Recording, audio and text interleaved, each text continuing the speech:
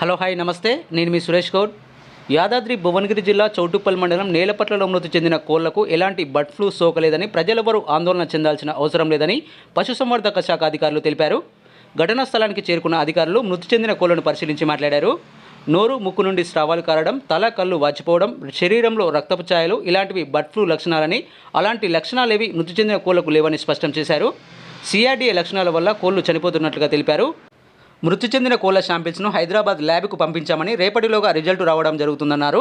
అయితే తెలంగాణ రాష్ట్రంలో ఇప్పటి వరకు ఒక్క కేసు కూడా నమోదు కాలేదని, ఆంధ్రప్రదేశ్లో మాత్రం 2 కేసులు నమోదయ్యాయని పేర్కొన్నారు. నా పేరు డాక్టర్ పృథ్వీరాజ్, మన చౌటుప్పల్ మండల పశు వైద్యాధికారిని.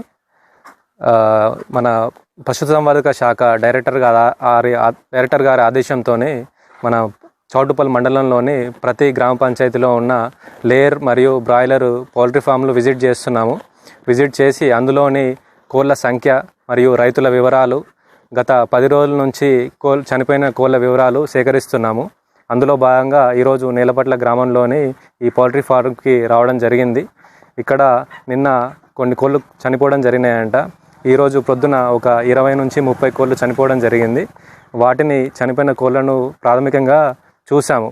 ఈ చనిపోయిన కోళ్ళల్లో ఏంటంటే బర్డ్ ఫ్లూ యొక్క లక్షణాలు అనగా మన ముక్కు నుంచి స్రవాలు కారడం కానీ, మన నోటి నుంచి స్రవాలు కారడం కానీ, తల వాచిపోవడం కానీ, మరియు కళ్ళు వాచిపోవడం కానీ, ఒంటి మీద రక్తపు చారలు కానీ, ఇట్లాంటివన్నీ బర్డ్ ఫ్లూ యొక్క లక్షణాలు. ఎటువంటి లక్షణాలు కనిపించలేదు.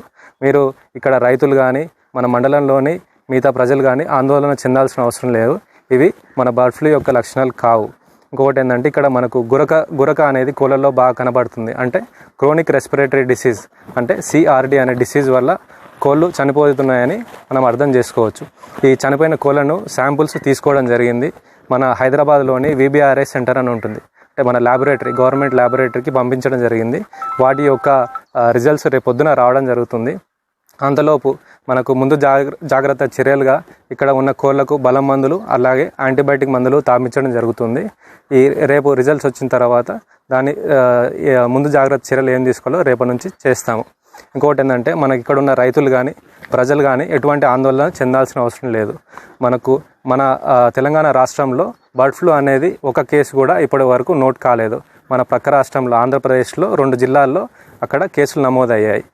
మన తెలంగాణ రాష్ట్రంలో ఒక కేసు కూడా బర్డ్ ఫ్లూ సంబంధించిన ఒక కేసు కూడా నమోదు జరగలేదు. ఇంకోటి ఏంటంటే గుడ్లు మరియు కోళ్ళు మీరందరూ ఎటువంటి